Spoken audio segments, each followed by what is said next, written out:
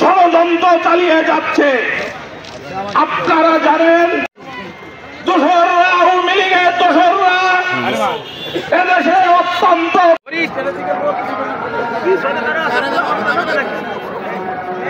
এলাকার জনগণ তার দাঁত ভাঙ্গা জবাব দিয়েছে।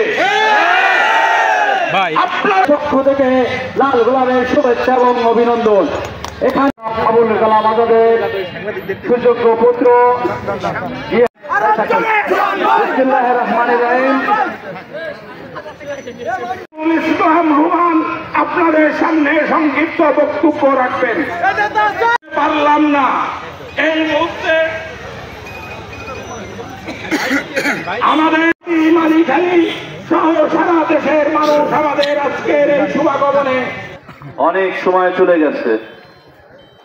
রাস্তায় যখন আসতেছিলাম বাড়ি ঘর অনেক কিছুই চিনি না, মসজিদ পর্যন্ত চলে আসছি, পরে খেয়াল করছে যে নিজের বাড়ি পিছনে ফিরে আসছি। আমি যখন দেশ ছেড়ে চলে যাই তখন আমার ছোট সন্তানদের বয়স ছিল, একজন ক্লাস 5-এ পড়ে, একজন ক্লাস 3-তে পড়ে। আমি কোলে করে চলে গেছিলাম। 15 বছর পর মেয়ের বিয়ে হয়ে গেছে। সেই বাচ্চাদেরকে আর আদর করতে পারি নাই, কোলেও করতে পারি না। জীবনের অনেক মূল্যবান সময় চলে গেছে। আমি বক্তৃতা দিতে পারি না, কিছু সত্যি ঘটনা আপনাদেরকে বলছি। আমি ছিলাম এক জায়গায়, আমার বড় ভাইয়ের ফ্যামিলি এক জায়গায়, বাবা মা এক জায়গায়, বোন এক জায়গায়।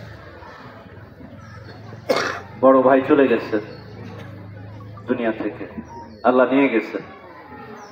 শেষ দেখাটাও দেখতে পারি নাই। অনেক কষ্ট মনে। বাংলাদেশ সরকার তার কবরটাও ঠিক মতো করতে দেয় নাই বাংলাদেশে। অনেক যন্ত্রণা সহ্য করছে আমার পরিবার। আল্লাহ যদি রক্ষা করেন, আল্লাহ যদি মান সম্মান দেন, মানুষ ইচ্ছা করলে সেই মান সম্মান নিয়ে নিতে পারে না। মানুষ সারা জীবন চেষ্টা করছে, এই ফ্যাসিস্ট সরকার সারা জীবন চেষ্টা করছে পা নিচে টেনে ধরে আমাদেরকে নামানোর জন্য। আল্লাহ আমাদেরকে উপরে উঠিয়ে দিয়েছে। আপনাদের প্রতি অনেক কৃতজ্ঞ আমরা।